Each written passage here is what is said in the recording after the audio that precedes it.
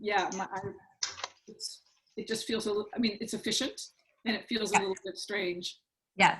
Yeah.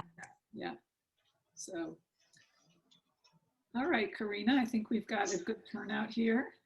Okay. Well, welcome everybody. So I'm going to do a bit of a personal introduction of Susan, and we actually updated each other to how is it that I met her. Once in a while you run across a person whose career you wish you had had, and Susan was that kind of person for me. I actually met her while I was learning to process neuroimaging data in Boston. And she presented one of her toolboxes that she has developed to the benefit of us all. She presented art at the time. And Susan has a BA in biophysics from the University of Berkeley, and she has 2 PhDs, one in mathematics and neuroscience. Ergo, I wish I had had her career. And currently she is the professor of psychology in Northeastern University, and she's the founder of the university's biomedical imaging center. She has an enormous amount of paper. I counted 151 of them in her CV.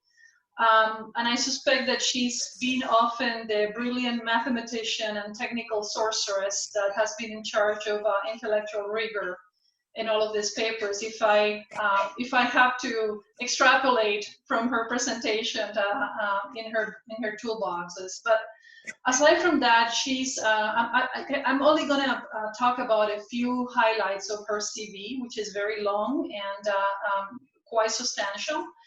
I am really impressed by her work in terms of the basically the foundational research that she's done on intelligence and brain networks, which actually was published in Scientific American. And I think that her work on the default and self-reference networks is also particularly inspirational for me, which is why I was very excited to hear that she was willing to come and present to us. So I think Susan's work is going to speak for herself. She needs very little introduction from me. All right, and that's it. I'm going to give you the word, Susan. Okay. Thank you so much, Karina, for that incredibly gracious introduction. It's truly a phenomenal pleasure and honor to be here to talk with you today. I wish I could be there in person, but given the circumstances, I'm happy to at least talk remotely. And I'm very eager to talk with you and discuss topics after the presentation. So today I'll talk about the clinical translation of neuroimaging, and specifically about how the intrinsic functional architecture can predict the progression of future pathology. So I think even before COVID, we have been faced with a tremendous challenge of mental illness in adolescents with psychiatric problems, especially with anxiety and depression. So we may know this from our own personal experiences with family and friends, or from our own clinical research. We also have seen this highlighted recently in a lot of the popular press, including the New York Times Magazine, that recently had an article talking about how US teens are suffering from severe anxiety. A lot of this research has been backed up by data. This is a recent survey that was done over 50 years with over 150,000 freshmen at 227 four-year public and private universities, indicating that freshmen self-assessment of their emotional health hit a 25-year low recently. And unfortunately, this has translated into the US suicide rate surging to a 30-year high recently, with children, and especially girls as young as 10 to 14 committing suicide. JAMA Pediatrics recently published a figure showing that there's been a 100% increase in ER visits for children with suicidal attempts or ideation. This hits home for me personally because I have my younger child suffers from asthma, and recently I went to the Boston Children's Hospital and when she was suffering from an asthma attack, and I noticed that a lot of the rooms had armed guards with open doors. And when I asked an attending what was going on there, she said that for every room that had an armed guard had a teenager or a child who had attempted or had suicide or had suicidal ideation. And I wish that were an off night but the research more and more shows that this is becoming a tremendous problem. So what if we take a step back and think about how we can address this with neuroimaging? Well, first of all, we know in psychiatric illness, there's many different challenges. I'll highlight 3 here in yellow that I'm hoping we may be able to partially address with neuroimaging these days. For one thing, typically detection is often done late. It's often done by crisis. Treatments are often done by trial and error, despite the fact that we know there's great heterogeneity in treatment response. And treatments often, as we know, have negative side effects and have, and consequently, there's a large attrition. So how can neuroimaging help? Well, today, I'll talk a little bit about neuroimaging. We know that with neuroimaging, we can look at gray matter structure and function, as well as the intrinsic structural and functional architecture of the human brain. But I'll be focusing pretty much on the connectomics, or looking at how the functional architecture and the structural architecture of the human brain can help us in terms of clinical translation. And I'll be especially focusing on resting state connectivity. So if you were to look at PubMed and just search for MRI or fMRI and many of the various psychiatric diseases, you may get roughly around 20,000 or 30,000 hits. And these papers have been really educational and informative in many ways. And they've helped us understand a little bit about the pathophysiology of these disorders. However, they have provided little impact, from my perspective, on how we diagnose or treat illnesses, except for a few rare occasions with TMS or deep brain stimulation. And one of the reasons why I think that is many of the papers that look at various psychiatric populations in the context of fMRI or MRI really look at how brains in individuals who suffer from these psychiatric disorders change relative to control subjects who don't have a diagnosis of these disorders. And that really capitalizes in the homogeneity within patient group and minimizes the important information about heterogeneity within the patients, which I think is critical for clinical translation. So I think that we are at really a turning point here where we might be able to use intrinsic connectivity, such as resting state connectivity, to help aid in addressing some of the fundamental challenges that we are facing in psychiatry. For instance, can we use resting state networks for early detection, which can promote early intervention and possibly prevention of disorder? Can we use resting state networks for neuroprediction? Can we predict who's going to respond to a particular treatment, which may be able to move us forward to precision medicine? And will we be able to use resting state networks in the context of very novel interventions, such as real-time fMRI neurofeedback? So today I'll talk a little bit very briefly about what resting state networks are, some promises and perils, very short description of that. And then I'll talk about one particular resting state network, and that is the default mode network. And I'll talk a little bit about how this network is related to executive function as well as self-referential processing, because I think understanding those functional associations may aid in interpretation of what a functional pathology of that network might mean in the case of neuropsychiatric disorders. Sue, sorry, I'm interrupting you, but we're getting a little cutting in and out from your audio. So, sorry. I'm wondering if possibly if you turn off your video. Yeah, that's a great idea. Okay, great. Thank you.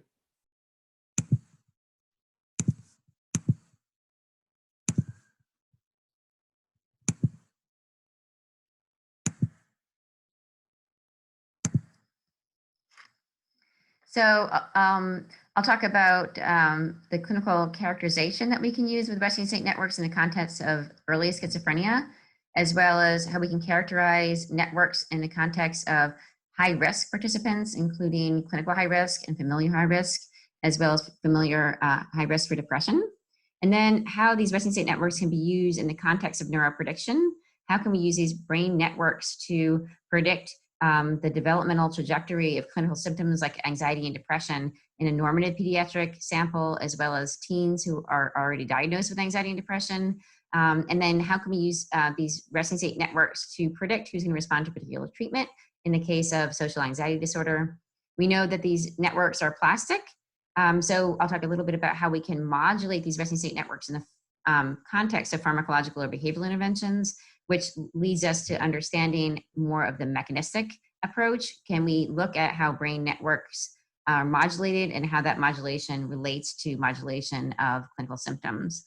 And finally, I'll end with a little bit of research related to how we can use real-time fMRI neurofeedback in the context of mindfulness meditation to mitigate symptoms and augment cognition in the case of schizophrenia and perhaps in the future, depression, anxiety, and ADHD.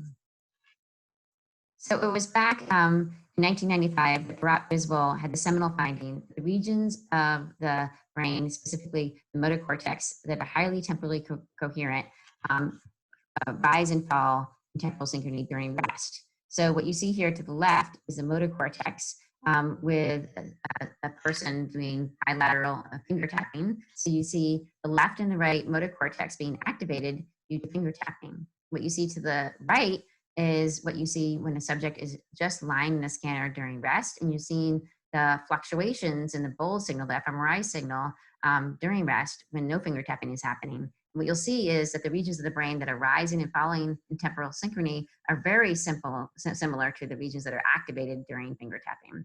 So here you'll see the left and right motor cortex of the bold signal being highly temporally coherent over time during rest. And these resting state networks are intrinsic, spontaneous, very low frequency fluctuations in the fMRI bold signal that exhibit this very specific network in the human brain in the absence of any overt task. There's many clinical applications to these resting state networks. The most important being is that there's no task, and that allows us to bypass behavioral differences in task performance. And it also makes it accessible to many pediatric populations, including infants, and a wide range of clinical populations, including low-functioning ASD.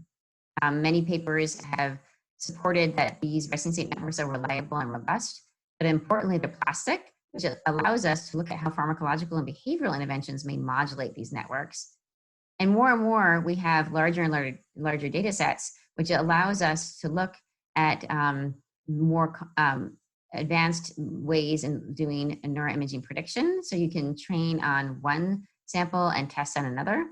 And this is many different high-level data sets, including the human connectome for, the first human connectome with WashU and MGH, and then there's a human connectome for development, human connectome for disease, ABCD, and many others that are being promoted now. So there's many ways that you can now download very high quality structural and functional imaging and look at the brain behavior relations of those data sets.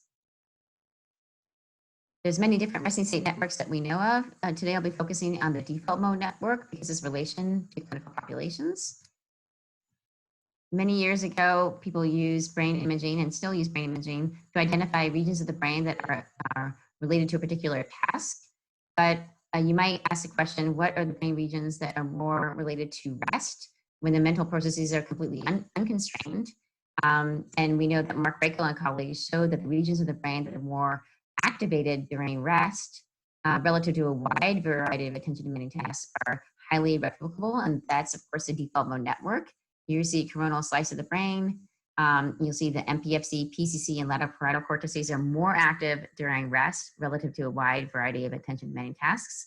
And then 14 years after he published a seminal paper, he has another review paper of the DMN, and he has a graph analysis indicating all of those papers that reference the first paper that he talked about the default mode network. And what you'll see here is a cluster in blue indicating all of those papers that talk about aberrant default mode network in the context of clinical populations. This is another iconic figure from Mike Fox and PNAS in 2005, which is in a different way elucidating the same network. Here, rather than looking at task suppression and attention demanding tasks, what we see is simply the temporal correlations during rest.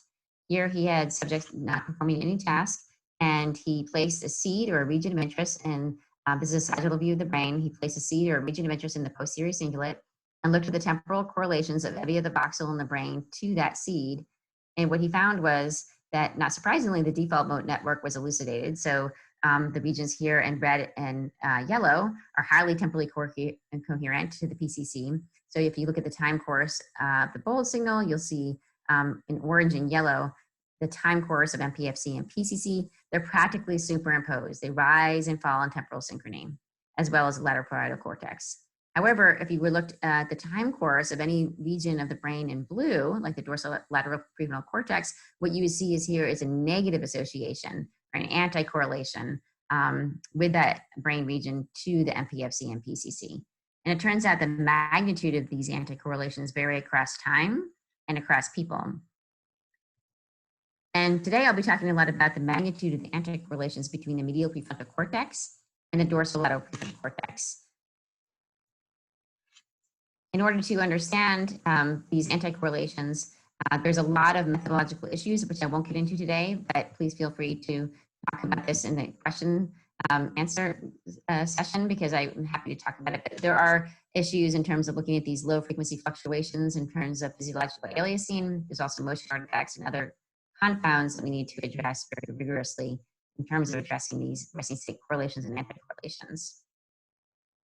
But all of the data that I'll show you today has been analyzed in a toolbox that we call PON. This was initially designed to do ROI to ROI and seed to voxel that does a rigorous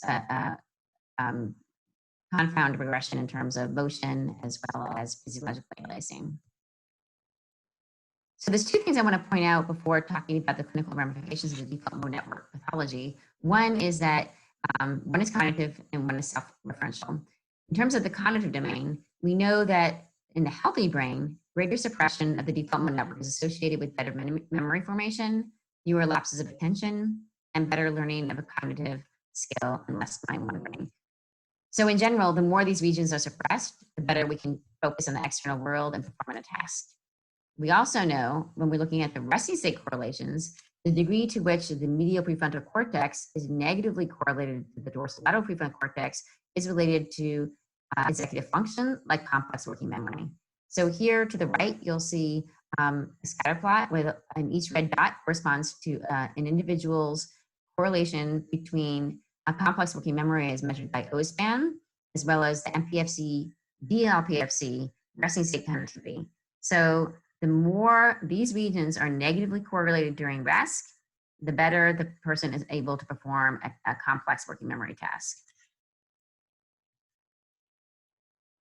These anti-correlations change over development throughout the lifespan. They increase as does executive function over development, and they unfortunately decrease with aging. So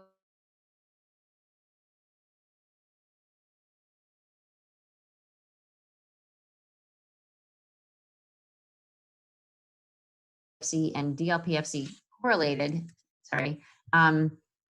changed over the course of development. So in very young children, they were positively correlated on average. And in adolescence, they started to become negative. That was driven by the females. And in adults, they were highly anti-correlated. So there is basically a reversal of the intrinsic functional architecture of the human brain during development. Start out positive, start to go negative, or fully negative in adulthood. And that mirrors the development of executive function. In aging, however, there's a selective decrease in anti-correlations. So while the younger cohort here has very robust anti-correlations, elderly don't have any frontal anti-correlations, regardless of what kind of processing you do. And when you look at a group comparison, younger greater than older, what you'll see is that it's the bilateral dorsolateral prefrontal cortex that have more anti-correlations for the younger cohort, both left and right, relative to the older cohort.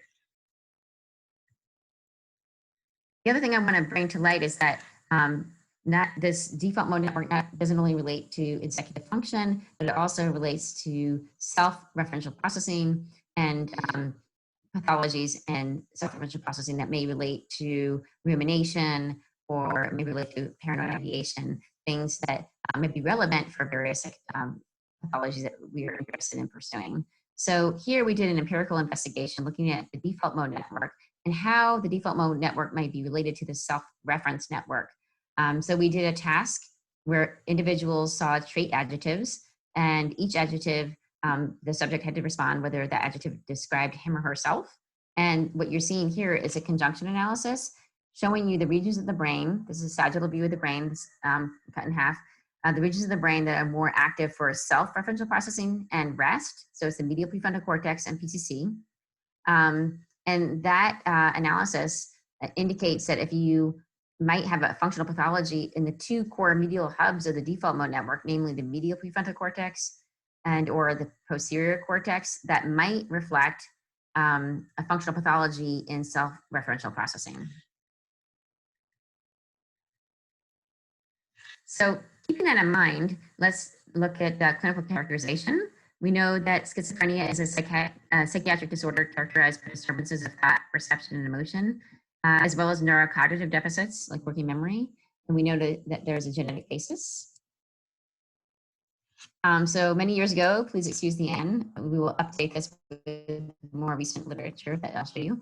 But the first study we did was with patients with first episode of early schizophrenia. We looked at 13 such patients.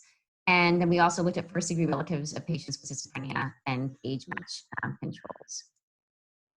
And much to my surprise at that time, in 2009, we found a monotonic increase in the resting state functional cognitivity, or the correlations between the MPFC and PCC. Now you're looking at it from the top down view of the brain, MPFC and PCC from controls relative to patients. So in other words, this connectivity is increasing in the self-reference nodes of the default mode network. And moreover, the degree to which, now we're looking at the sagittal view, the degree to which the MPFC and PCC are coupled during rest increases from controls relative to patients.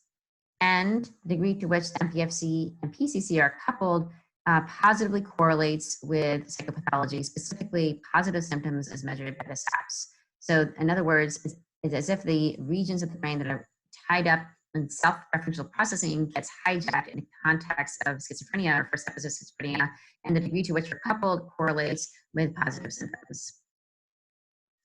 When we looked at the anti-correlations, we placed the seed again in the MPFC area, and what we found was the controls had a nice healthy anti-correlations, and it was significantly more so to the right BLPFC than relatives or patients. So that is an example of how we can use neuroimaging for simple clinical characterization in early schizophrenia, as well as individuals with familial high risk. But one of the things I want to talk to you today about is how can we use neuroimaging and resting state networks to detect brain vulnerability for illness even before the onset occurs. This can be done in many different ways. We can talk about ways in which network pathologies can be identified for those individuals who are at clinical high risk or phenotypic high risk for psychosis. We can talk about ways in which these network pathologies may be identified in even younger ages and those individuals who may be at clinical high risk or familial high risk for psychosis and or depression. And we can also even push it a little further and talk about ways in which the intrinsic functional architecture can be used to identify brain-based biomarkers that predict the developmental trajectory of clinical symptoms such as anxiety and depression in children who are not even identified or screened for being clinical or familial high risk. So first I'll talk a little bit about how we can use these brain networks for early identification in the context of clinical high risk for schizophrenia. This is in collaboration with PIs from the Shanghai Mental Health Center. This is a Shanghai at risk for psychosis called SHARP study, where we had 251 individuals who we follow longitudinally. And this is in collaboration with neuroimaging laboratories at Harvard, MIT, and Northeastern. And what we have is 93 healthy controls, 158 clinically high risk. Some of those individuals who have been identified as clinically or phenotypically high risk have actually developed psychosis, and some of them have not. So this is a large scale, again, longitudinal study. Then we also measure prodromal symptoms as measured by the SIPS interview. And what we found is, I have up here the very modest sample size where we looked at the degree to which the MPFC and PCC are coupled during rest positively correlates with positive symptoms in early schizophrenia. Well, now we have the degree to which the MPFC and PCC are correlated during rest actually predicts positive symptoms as measured by the SIPS in clinically high risk in a much larger sample. We also look at the networks of these individuals. And so what we found was using graph theory, we have a modular organization of the functional connectome being abnormal for those individuals who actually converted to psychosis, but not those who did not convert to psychosis. So what you'll see here is the organization of the brain for healthy controls, individuals for clinically high risk who did not convert to psychosis, and those brains for individuals who did convert to psychosis. And you'll see that all the major resting state networks in terms of central executive, motor, visual, limbic, default, and the singular ocular, which is actually really pulled out in those individuals who did convert to psychosis. And what we found was that this abnormal modular connectome organization at baseline was associated with a threefold conversion rate. And interestingly, when we looked at the individual parcellations, we found that abnormalities in the module assignment are found most commonly in areas that are related to schizophrenia. For instance, the one that was most significant was the STG. So what if we were to go push back a little bit earlier and ask if we can identify brain pathologies even in young children who might be not at clinically high risk, but at familial high risk for psychosis. So here is some recent work done again in collaboration with Huja, Colin, where we looked at 15 familial high risk individuals, 19 controls, ages 7 to 12. And what we found was we did the self-reference task, and this is also in collaboration with Larry Simon. What we found was that healthy control children had the MPFC, didn't have the PCC yet significantly activated for self greater than semantic. And then the high risk, the familiar high risk individuals did not have the MPFC activation, but did have PCC. And when we did a between group comparison, it was in the posterior cingulate, the back of the brain, that the familiar high risk kids had significantly greater activation for self-referential processing. In other words, this part of the default mode network is hyperactive for those kids who are familiar high risk for psychosis. Moreover, the degree to which this is hyperactive correlated with CBCL or the Children's Behavioral Checklist internalization problems, which includes things like anxiety and depression. We also found another cluster in the cerebellum, and I'm happy to talk about where that was after the talk. So now let's switch gears and think about depression. We can also use neuroimaging and especially resting state and for early detection in those individuals who might be familiar at risk for depression. Before talking about those kids, I just want to talk a little bit about what the subgenual is doing in terms of depression. We know that it's highly implicated in both depression and bipolar disorder. So we know that there's fewer glial cells in the subgenual anterior cingulate. There's less metabolism. And it's also been used in the context of treatments, both in deep brain stimulation with Helen Mayberg, and it's also being used in the context of target selection for TMS. And I'll talk a little bit more about that. Basically, you can look at where in the subgenual is maximally anti-correlated in the DLPFC to target where to provide TMS for patients with depression. Mike Grecius has shown that in adults, there is an increased connectivity amongst the DMN nodes, but especially increased connectivity of the DMN with the subgenual. In other words, the DMN kind of ropes in a region of the brain that we know is highly relevant for depression.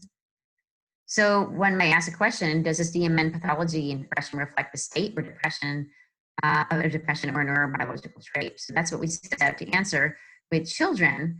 And we know a child with a parent with major depression has a 3 to 5 increase risk for developing depression. So here we have 30 kids ages 8 to 14 with no current depression, but at least one parent with depression. We have 23 age-matched controls, and we were looking again at CBCL, looking at the child behavioral checklist, which records problems and competencies of children ages 6 to 18. So we planted seeds or regions in the brain that we know is related to self-referential processing of the DMN. So MPFC and PCC, precisely where the seeds, that's the regions that we start with. And then we look at the whole brain correlation during rest to these seeds. And what we find is that the at-risk children who are not diagnosed with any kind of psychiatric disorder have hyperconnectivity or hypercorrelation with these self-reference nodes to the subgenual ACC. This is not massive. This is the only region that comes up. And that's significantly more than the controls. Moreover, the degree to which the MPFC and PCC is correlated to the subgenual anterior cingulate correlates with CBCL internalization, which includes things like anxiety and depression. So the more these children who are not diagnosed with anxiety and depression have this resting state profile, meaning hypercorrelation with MPFC, PCC to the subgenual, the more they are exhibiting anxiety and depression, even before they are diagnosed.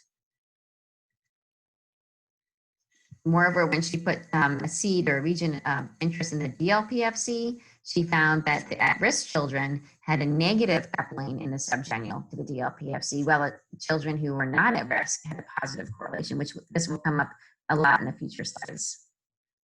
When we tracked these people over time, we followed them for 3 years, we found that the resting state biomarkers actually predicted conversion to depression beyond and above all of the clinical measures. We also looked at another question, and that's kind of the flip side of this question, and that is, what are the brain-based biomarkers of resilience? And this is in collaboration with Ian Gottlieb at Stanford and colleagues. So what if we can push it even further? What if we can push it to a normative pediatric sample? Can we identify brain-based biomarkers really early in life, even in children who are not already at familial or clinical high risk for any kind of mental disorder? Can we use these biomarkers to predict the developmental trajectory of clinical symptoms? And so here we have 94 typical children, and we scanned them at age 7, and we followed them both with imaging and behavior for 4 years. So they were scanned from 7 years of age to 11 years of age. Again, we looked at the child behavioral checklist, and we looked at how the baseline neuroimaging and resting state networks predict the developmental trajectory of clinical problems as measured by CBCL. So what we found was the degree to which the medial prefrontal cortex and the dorsolateral prefrontal cortex was negatively correlated, or positively correlated, you might say, predicts the developmental trajectory of worsening of attentional problems 4 years later. So remember, on average, kids of this age, 7 years of age, on average, they have positive correlations, but not everybody. There's a lot of intersubject variability.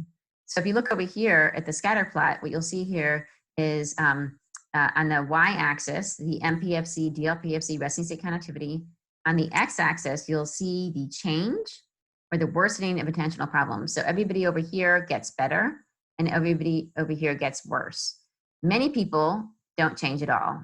And that's because this is a normative pediatric sample. These kids were not screened for being at risk for anxiety or depression or for clinical diagnoses.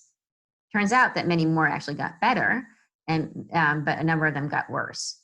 And it was the degree to which the MPFC and DLPFC were correlated at baseline at 7 years that predicted whether you're going to get worse at attention or better attention. And so the more negative these are related, the MPFC and DLPFC, the better you got at attention. However, the more positive these regions of the brain were correlated meant that you would get worse 4 years later.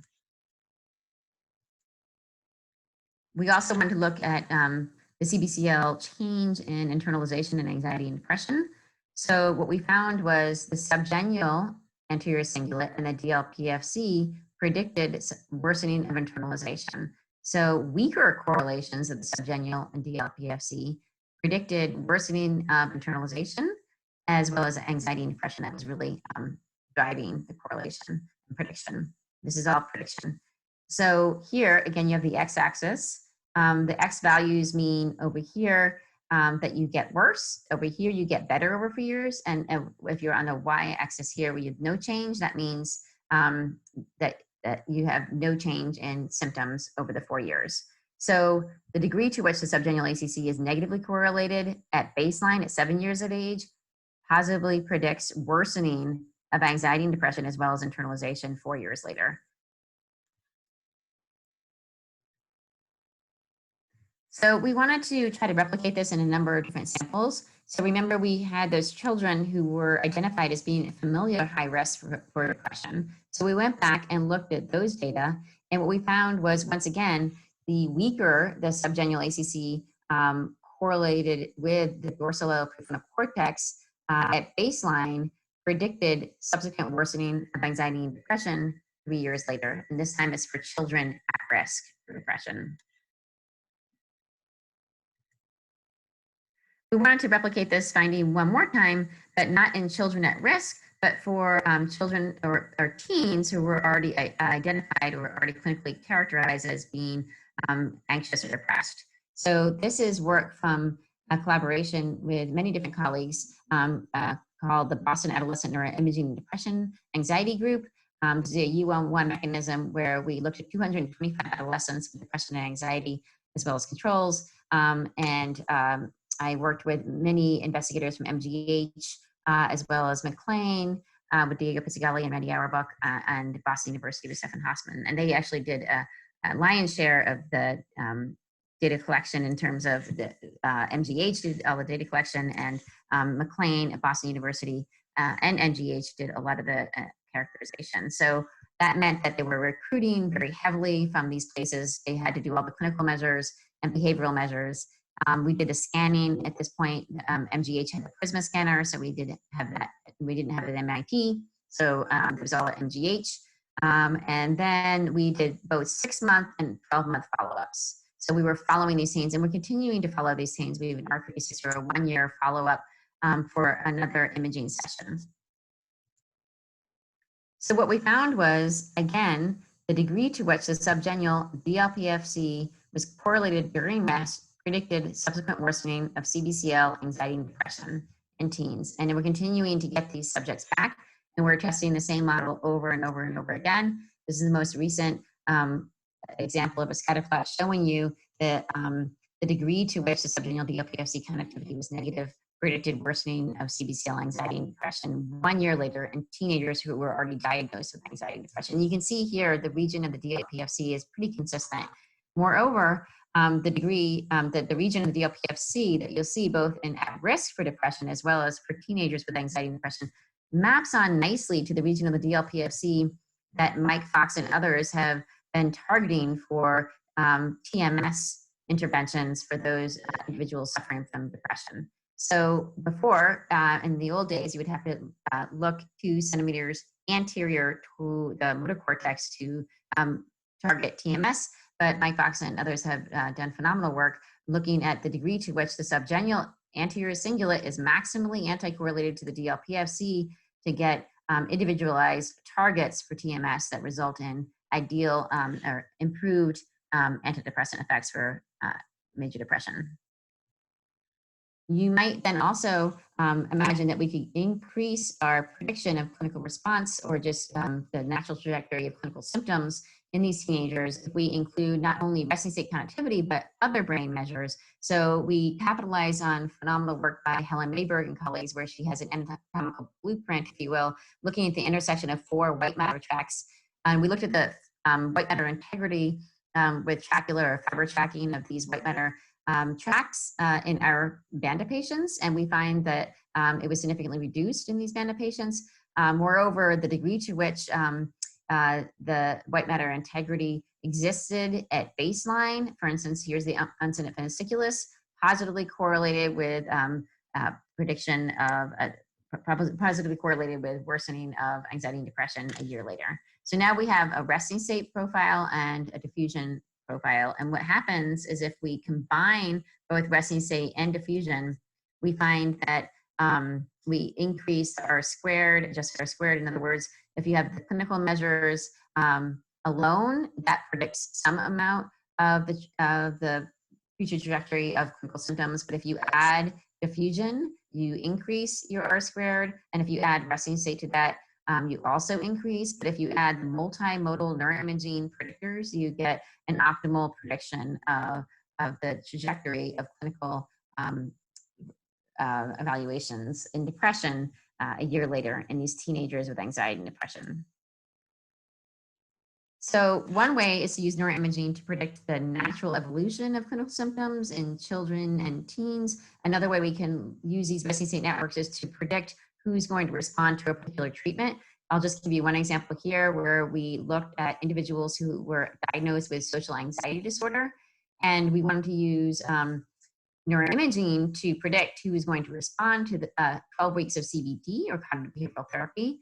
And this kind of analysis will help move us forward to precision psychiatry. In other words, if we can ideally find out who's going to respond or not respond to a particular treatment, we could then tailor each treatment for each individual based on this information. So here we have 39 medication-free patients with social anxiety disorder, 37 matched controls. The patients received 12 weeks of cognitive behavioral training.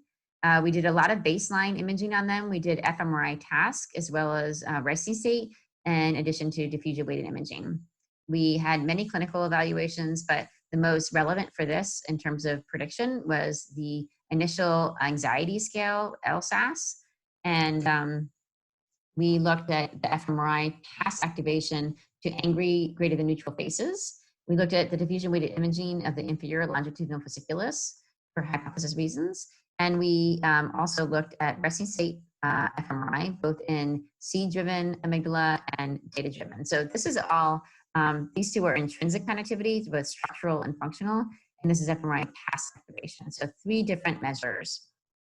And the first time we looked at this, we looked at fMRI task only. And what we found was before we even did neuroimaging, we wanted to see if the initial severity of anxiety would predict treatment response, and it did. It accounted for 12% of the variance of treatment response. So then we had the question, will neuroimaging add anything to this at all?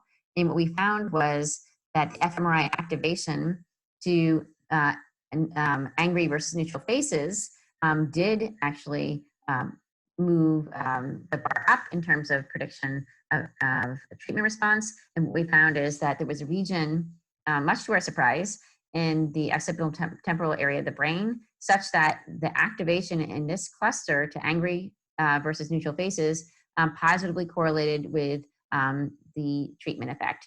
And so when you added this fMRI activation in this cluster with the initial LSAS, you went from accounting for 12% of the variance of treatment response to 41% of the treatment response. So then that was one set of analyses, but then I really wanted to move forward in terms of looking at intrinsic connectivity, because then that will allow us to do younger and younger children and without the confounds of fMRI task activation studies. So here we did a hypothesis-driven where we looked at bilateral amygdala seed-driven resting state connectivity, because we know that amygdala is the most common brain locus of dysfunction and anxiety and social anxiety. However, from the previous data that I just showed you, it turns out that the brain regions associated with the pathophysiology, like the amygdala is related to anxiety, may not be the same regions that predict treatment outcome. So previously, it wasn't the amygdala that was responding to angry versus neutral faces that predicted treatment response. It was actually some region in the temporal occipital area. So because of that study, we didn't want to just focus on the hypothesis-driven, but we wanted to do an agnostic data-driven approach with multivoxel pattern analyses.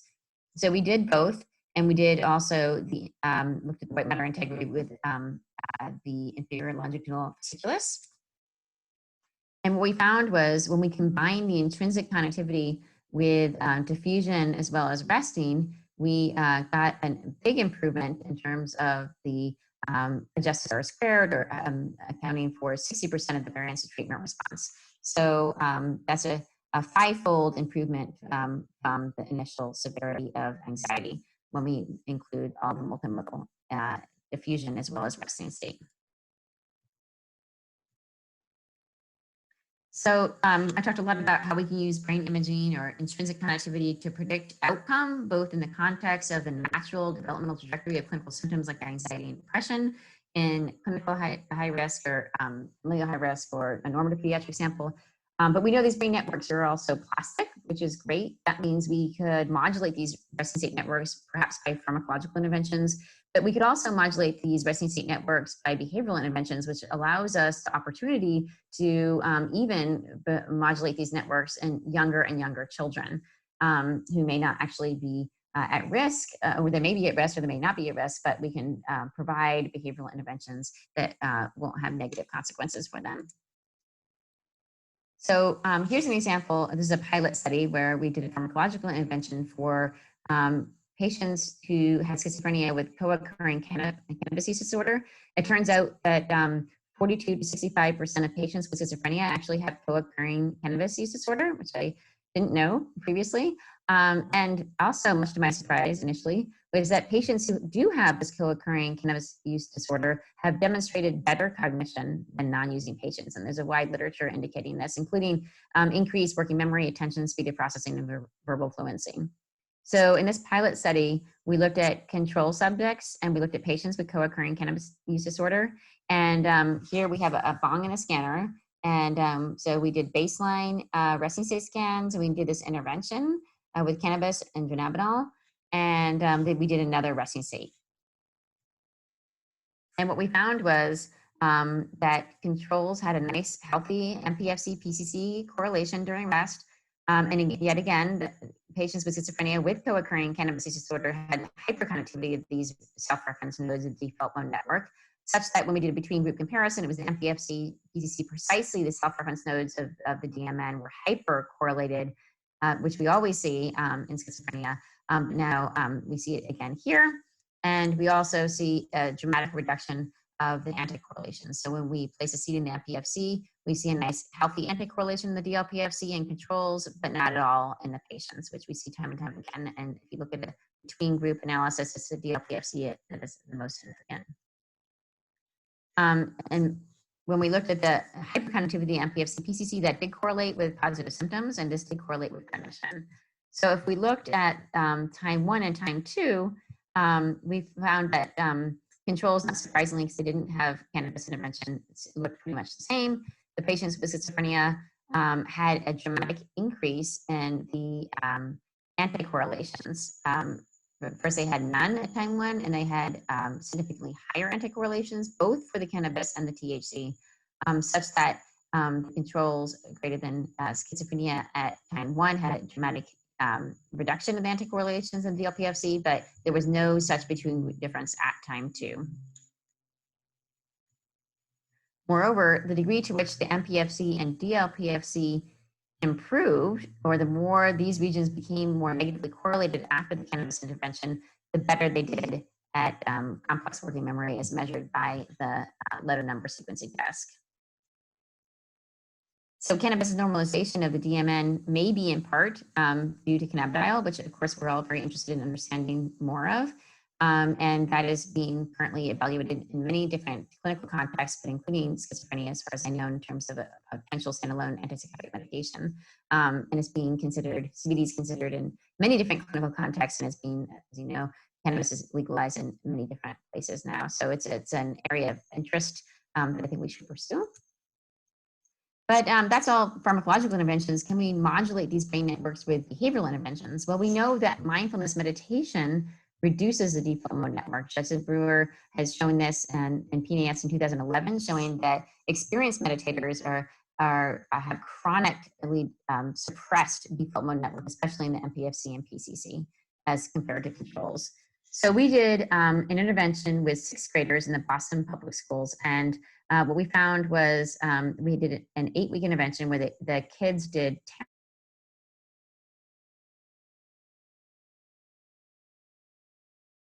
for fMRI before and after this intervention. And what we found was that there was a significant reduction in the amygdala activation to fearful greater than neutral faces before and after this intervention. In other words, the degree to which the amygdala responded to fearful faces was reduced after the mindfulness intervention, and that correlated with the reduction of self-perceived stress. Moreover, when we looked at the resting state connectivity, there was an increase in resting state functional connectivity with the anticorrelations. So again, children of this age typically don't have anticorrelations, but after the mindfulness intervention, they grew these anticorrelations, and the degree to which the anticorrelations increased correlated with increased accuracy on a sustained attention task as measured by the START task. So there's another behavioral intervention that Karina has been invested in as well, and we've talked a lot about this, and that's real-time fMRI neurofeedback. So typically we use fMRI in the context of a cognitive or emotional experiment that manipulates the mind and that manipulates the brain. We get our fMRI activation and call it a day. But what if we reverse engineer this And we asked the question, can people learn to regulate brain activation in specific brain regions or connectivity between these regions using real-time fMRI feedback from those regions? And we've been doing this for many, many years. And I think many other people have been doing this. And I think there's a consensus that yes, we can train people to modulate their brain activation. But the more salient question is, can this learned regulation of activation or correlations of brain regions influence the mental processes mediated by these regions? So we've been focusing a lot of our energy on this topic. I used to think it was bleeding edge technology because we tried a lot. We started back at Stanford in 2004 to modulate, train people to modulate the motor cortex, and then anterior cingulate cortex for people who have chronic pain. And then we try to do it with people with addiction. It's a tough nut to crack. It's a really challenging topic, but I'm actually beginning to believe it's really working quite well. So the way we're trying to do this is to look at how real-time fMRI interventions can modulate resting state networks in the context of mindfulness meditation. So what we do is we do a resting state personalized precision localizer to identify the resting state networks for each individual separately. And that can be more simple or more complex, but we get each individual, say, default mode network and frontal control network. And then what we do is we train them to do mindfulness meditation outside of the scanner.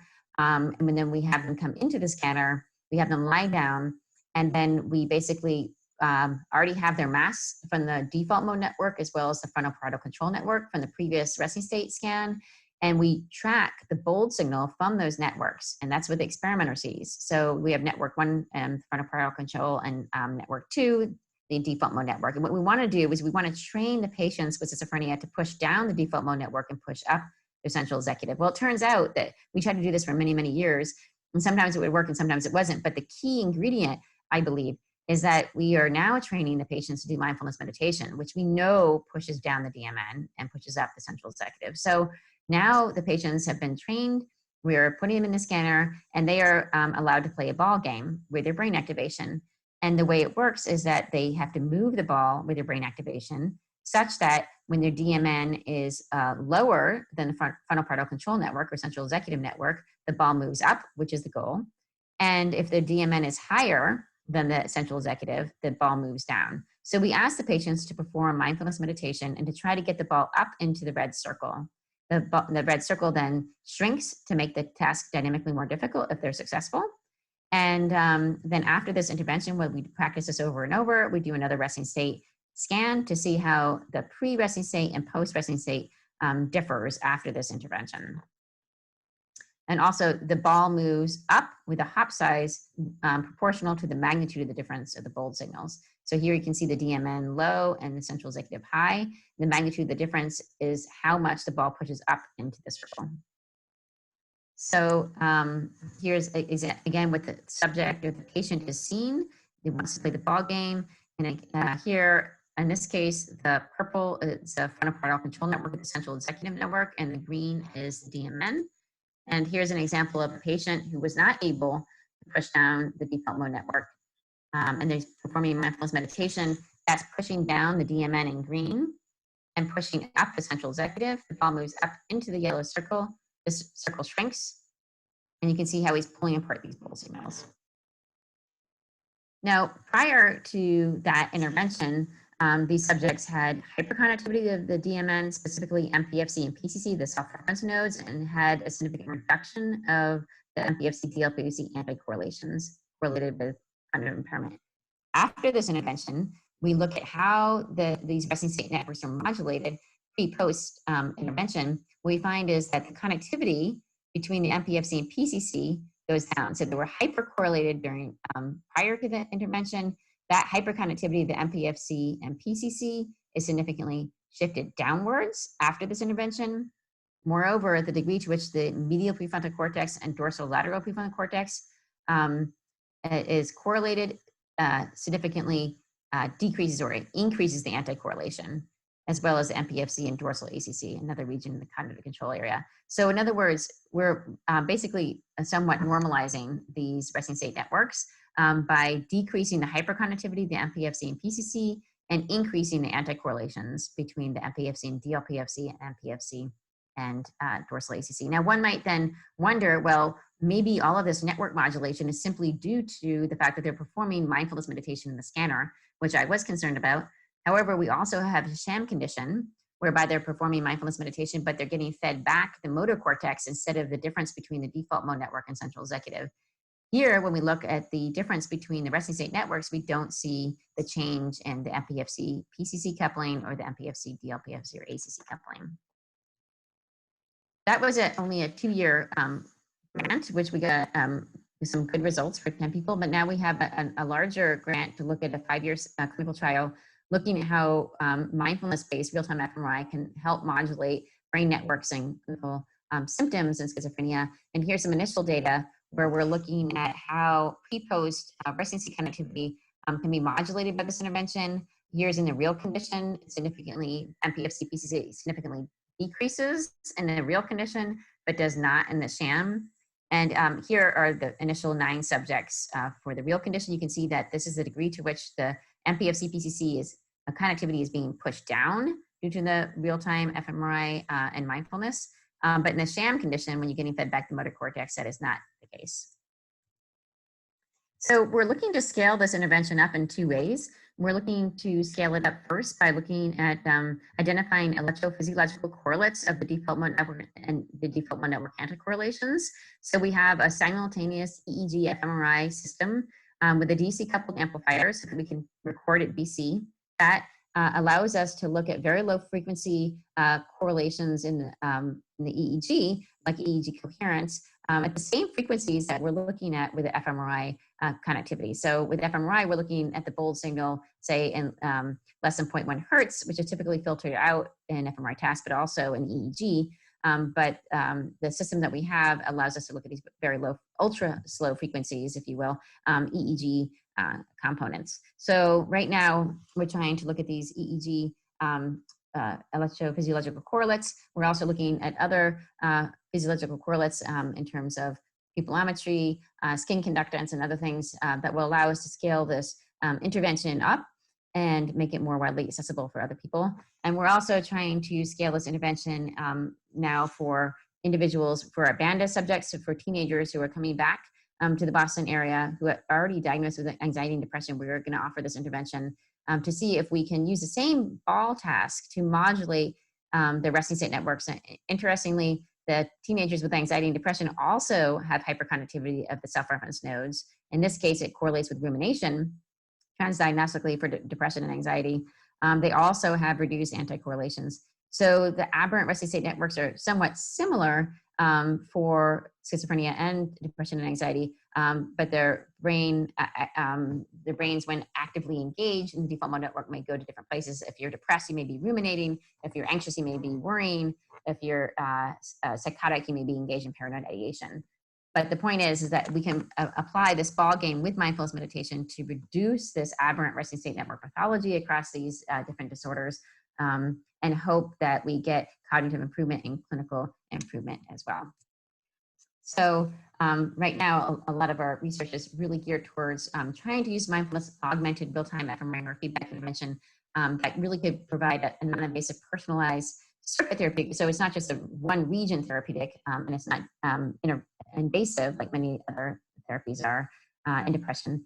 And it could really be transformative, not only for teens who are diagnosed with anxiety and depression, but also with children who might be at risk for developing mental disorders, anxiety, depression, psychosis, as well as ADHD, with a really unprecedented opportunity to train their brains to volitionally mitigate these brain networks and mitigate symptoms that lead to diminished quality of life. So I'll leave you now by asking, in the future, could children get help before they are in crisis through early identification, get treated more effectively with better precision to available therapies, and possibly even have options now for novel therapies like mindfulness-based interventions or real-time fMRI interventions? Could human brain mapping really help facilitate a path that will guide our children to happier, healthier lives? So I'll stop now, but I wanted to thank all of my colleagues, Sylvia Bungay, who's been wonderful in collaborating with a normative pediatric sample where we were able to predict future trajectory in young kids in terms of anxiety and depressive symptoms. my colleagues with BANDA, all my colleagues with SHARP, as well as all my colleagues with real-time fMRI neurofeedback, and my colleagues at MIT and Northeastern. So thank you very much.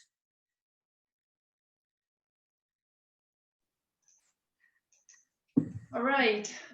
So I would be happy to help everybody to direct questions to Susan. I have already a question here by Kartik Angara. I hope I pronounced your name correctly. And so I'm going to read it up. It says, do patients with schizophrenia/MDD who are treatment resistant have persistent hyperactivation of the default mode network / reduce anti-correlation of the MPFC dorsolateral prefrontal cortex? So that's the first question by Kartik. Thank you so much for that question. That's actually an amazingly good question, which I'd love to talk to about. We initially saw the hyperconnectivity of the self-reference nodes in early schizophrenia. We then replicated it a number of times. Alan Antisepik has also replicated it with early schizophrenia. A number of other people have replicated that. However, I did not replicate that always in chronic schizophrenia.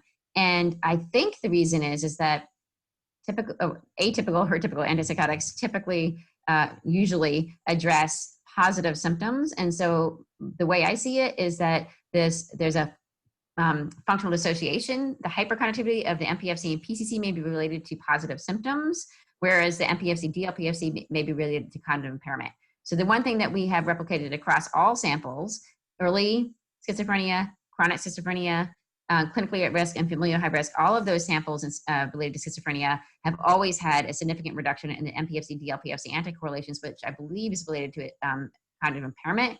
However, the degree to which the MPFC and PCC is hypercorrelated or hyperactive seems to be more prominent in those individuals who are at clinically high risk for psychosis or for early schizophrenia. And I don't see that as prominent with the research that I've looked at in terms of chronic schizophrenia. And the only guess that I have is that maybe because they've probably been on antipsychotics, that antipsychotics are working and they're diminishing the positive symptoms, which may be modulating their brain network such they are normalizing their MPFC PCC correlations. But I'd love to hear what you have to say about that. There was a second question by the same person, Susan. So I'm going to again read it out. Sorry.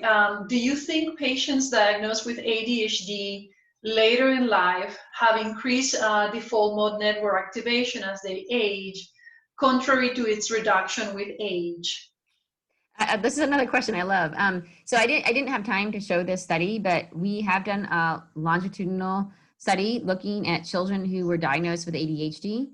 And I just want to preface this study by telling you that Javier Castellanos has done phenomenal work indicating that adults with ADHD have actually not hypercorrelated, but actually decoupling with the MPFC and PCC. So he places a seed in the posterior cingulate, looks at the resting state connectivity with the PCC and every other region of the brain, and finds and controls, obviously MPFC is coupled, but in adults with ADHD, you don't have MPFC and PCC coupling that you traditionally do have. Now, when we looked at this longitudinal sample where the kids were diagnosed young with ADHD, we followed them 16 years later. After 16 years, we imaged them, some remitted, some persistent, and we also had controls. Those who remitted actually regained, you don't know that for sure because we didn't image it at time point 1, but they had the functional coupling between the MPFC and PCC similar to the controls. So there were no differences between the remitted ADHD and controls. However, the persistent, those who met clinical diagnosis 16 years after being diagnosed, they actually did have the MPFC PCC coupling similar to the adult diagnosed ADHD. And so it's as if the default mode network in the self-referential nodes, MPFC, PCC, that coupling seemed to be regained for the remitted, but not the persistent.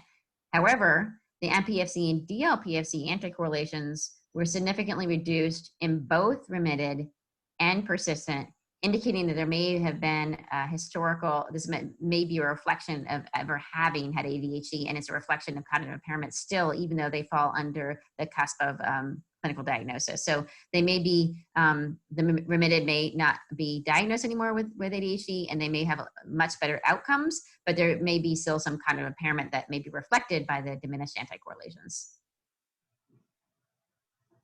Okay.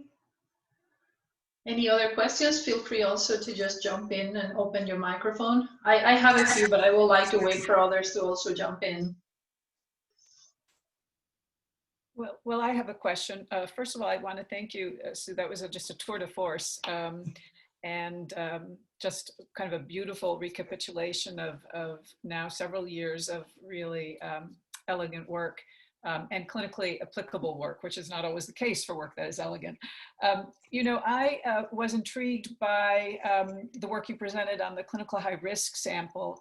And I was particularly intrigued, you know, in terms of improving our ability to predict who may convert, who's going to eventually end up showing the full psychotic, positive psychotic symptomatology. And you know, I noted that that you were sort of focusing on, or one of the imaging predictors that you kind of presented was during the semantic task. So it was, in a sense, you know, adding the self-referential task in an ability to sort of demonstrate sort of the network abnormalities.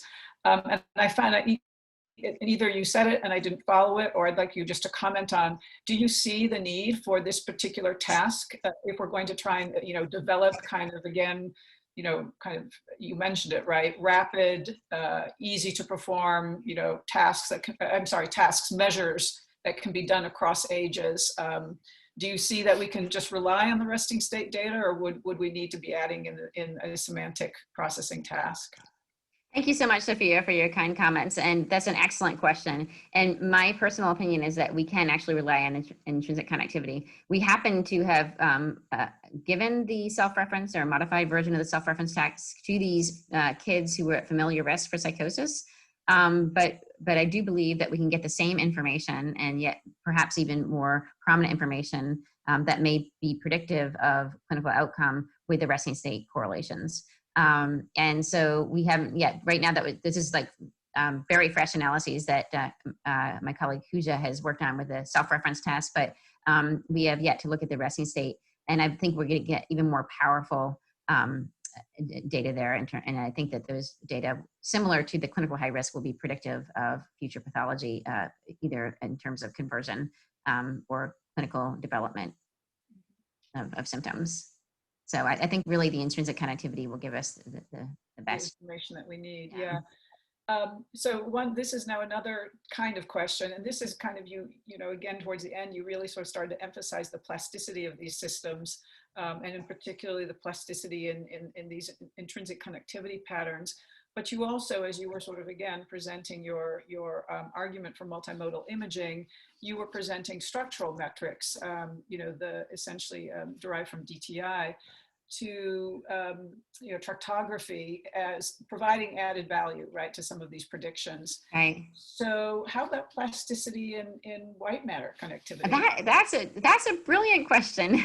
So we are looking into that right now. So we are literally just as of yesterday, we've been focused so much on the resting state connectivity in terms of both neuroimaging predictors, but also in terms of mechanism. How are the resting state networks changing with these pharmacological behavioral interventions like real-time fMRI neurofeedback? But I'm very eager to see how these white matter structures, white matter integrity may be modulated. People have shown that gray matter can be modulated with mindfulness interventions. And so I'm very curious to see whether our patients with schizophrenia not only can modulate their resting state networks with this real-time fMRI intervention, but also whether the white matter integrity is measured by diffusion is also modulated. We have the imaging data, and we have just yet to look at it. And I'm you know, it's a bit of a far shot. I mean, I think that resting state networks are a bit easier to modulate, but I think that it's very possible and plausible that we can also modulate these white matter tracks. The white matter and then maybe they have two different time courses. Yeah, exactly. So right now, so we're looking at dose response. So for the R61, R33, we have a 5-year grant now to look at patients who are chronic schizophrenic patients. And so we finished the R61, we just got the R33 now. So now we've seen that, yes, we can do either real-time fMRI neurofeedback on their default mode network and central executive network, or the bold separation of those. We also do real-time feedback with the STG. We look at the interaction of those two networks based on the North-South hypothesis thinking that maybe MPFC and SCG are related, because we know that they're both abnormally high before and during auditory hallucinations. So we're looking at a lot that, but we have looked at the diffusion, and now we're looking at not only one intervention or one visit, but now we're looking at the dose response. How will the effects both clinically and cognitively change over time if you give these patients one dose of real-time mindfulness-based real-time fMRI versus 2, 3, 4, or 5? And nobody's really knows the answer to that question yet. And so we're hoping to find out more about that in terms of the kind of clinical benefits, but also in resting state, but also in diffusion. So how maybe it makes sense, as you're suggesting, that maybe you don't get initial movement in the white matter integrity after one intervention of real-time feedback, but perhaps after a number of them, you might see modulation of the white matter tracks. That makes perfect sense to me. Yeah, and I'm very eager to see that. Yeah, cool. Thank you. I have another question here from Alexandra Sasha-Tagalog, and I'm going to read it verbatim. Thank you for the great talk. We have had some previous speakers review work on prediction of illness. I found the ethics of this fascinating. I would acknowledge that some of this fascination started with going through genetic counseling when I was pregnant. I learned that prediction is not without risk. How do you think about the pros and cons of prediction work? That's an excellent question. And I think there are very serious ethical issues we need to think about here. From my perspective, I think that there can be many different ways in which we can use this as added value that won't be necessarily dangerous. For instance, if we get early and earlier biomarkers for younger and younger children that might reflect their potential to develop, attentional problems or anxiety and depression. One possibility is that you could offer mindfulness meditation or exercise or other interventions that don't have negative consequences that might mitigate the future trajectory of symptoms and maybe even prevent the onset of illness. But I see that there are also ethical risks just from knowing this information. What are you going to do with this information? And there are many discussions that we could have about that. But my personal perspective is that the more information we know, the earlier on is more benefit than risk. But I also completely agree with you that there are very serious ethical issues that one needs to really flesh out in detail. So we have also Scott Spanheim, sorry for murdering your name. And Scott says, very nice talk. Given that cannabis exposure has been associated by some groups with the onset of schizophrenia, how should we square that with your findings that exposure to cannabis normalizes brain function in schizophrenia? That's an awesome question. And it's a very, very delicate point and extremely important point, especially as cannabis is now legalized in many states. So I think that one thing is, yes, many people have shown that, especially during a sweet spot during developmental years, that cannabis can actually trigger psychosis. It's absolutely guaranteed. I think, personally, I believe that, which makes it very, very dangerous. However, there's also a vast literature showing that people who already have schizophrenia use cannabis to ameliorate their symptoms and increase cognition. And you talk to the patients with schizophrenia and they say, I have better clarity and things like that. So the question is then, how can we use pharmacological interventions that don't foster psychosis but can ameliorate symptoms? And I think the best way to pursue that question is to really do fundamental research that hasn't been done on cannabidiol. So that doesn't have the problematic risk factors as cannabis does. But there's many cannabinoids in cannabis, as we know, but cannabidiol doesn't have that risk. And so we're really in the dark ages. I'm in Massachusetts right now, and cannabidiol and marijuana is all over the place, but I'm very concerned myself because we really don't know how this is going to be affecting people. And there just hasn't been enough research on this. And so I guess my answer, and I'd love to open this up to discussion and get your feedback, is that I think that we need to do a lot more research on how cannabidiol, CBD, can be used to ameliorate clinical symptoms in terms of psychosis, but also anxiety and autism. There's many other patient diagnoses that could be helped by cannabidiol that doesn't run the risk of inducing psychosis or other negative consequences. But I'd love to hear what everybody else thinks. This is just my personal naive perspective on it. Well, I think what you're pointing out, Sue, is that we have lumped and talked generally about the effects of cannabis use, when in fact it's several different compounds, at least 2 primary compounds, each of which has a very different profile of receptor action, psychotropic effects, et cetera. It would be like having a compound that included, Prozac, quetiapine, and, I don't know, a benzodiazepine. And you gave that one compound and you said, oh, well, it's problematic. Well, yes, but you've actually got 3, different things in there. So until we start getting rigorous about the specific action of the specific, compound and the mechanisms that it's inducing and so forth, I think it's very hard to make, yes, the blanket statement is fine, but it's not telling us anything about these different components. So exactly, I totally agree with you.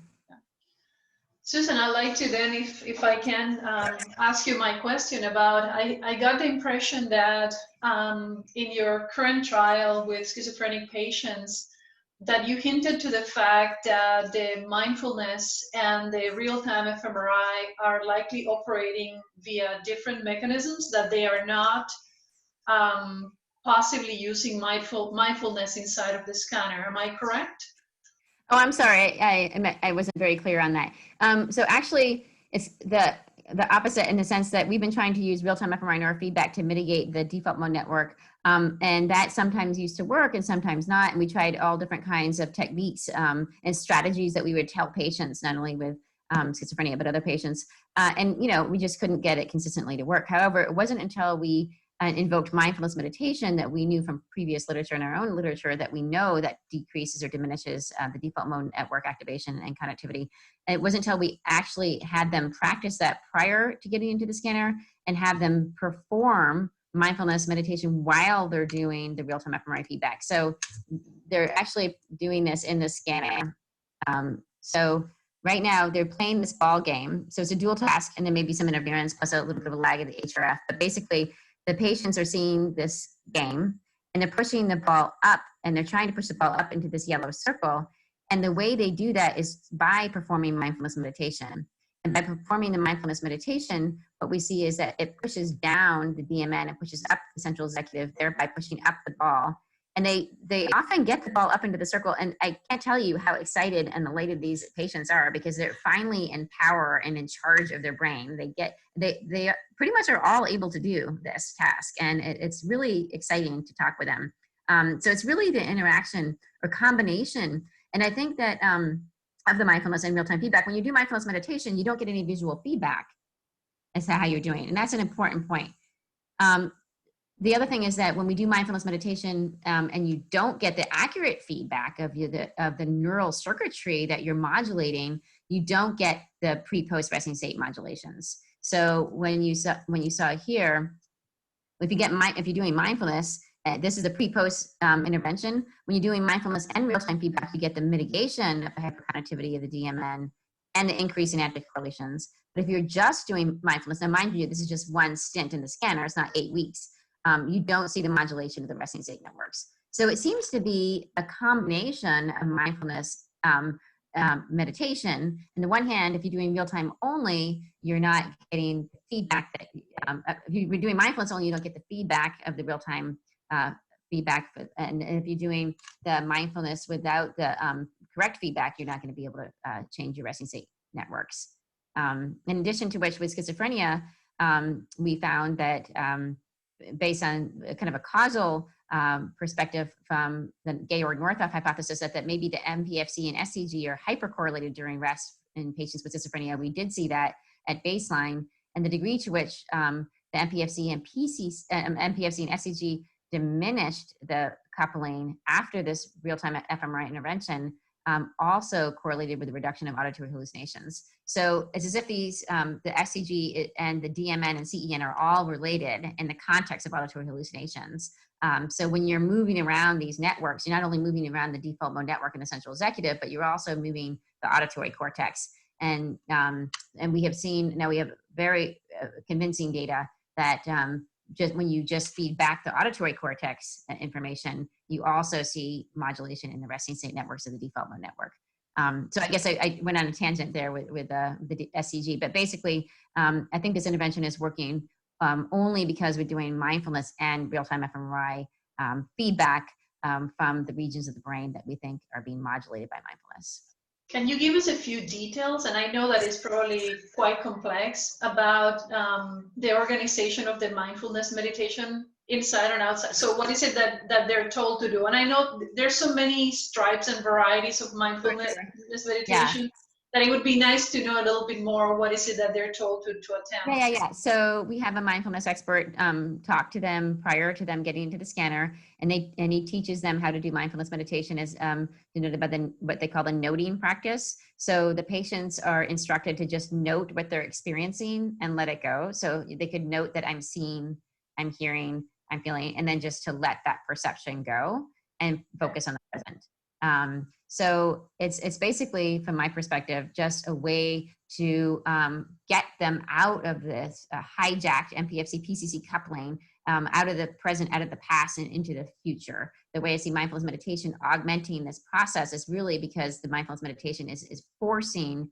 the patients to focus on the now and get out of the past. So open awareness, yeah. So yeah, it's interesting.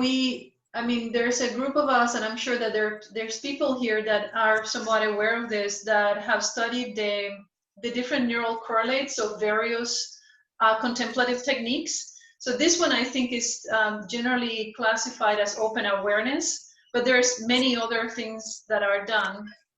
And there's a review by somebody, I can send it to you and also to whomever is interested, that is basically looking at the different correlates of the various stripes of contemplative techniques, and he noted that as individuals got successful, the brain activity moved from the posterior cingulate cortex and precuneus area, so that area became deactivated, and it progressively moved to a more cortical frontal control area. And I find that's really interesting. Yeah, just like that. I can send you that, Susan. It was really, and I just find a lot of relevance between that sort of developmental progressive effects of the practice and also the overlap with your work is really fascinating. Oh, that's a beautiful result. I would love to see that paper. Thank you so much. It's a review paper, and I'll send it to you. It's a really good paper. Thank you. I would love to see it. Thank you, Karina. You see if there's any more questions. No, but in the chat, Sadra Wilson is asking for a copy of the paper. So we'll just. Oh, sure. I'll be happy to. Yeah, I'll be happy to find the paper and send it to everybody. Yeah.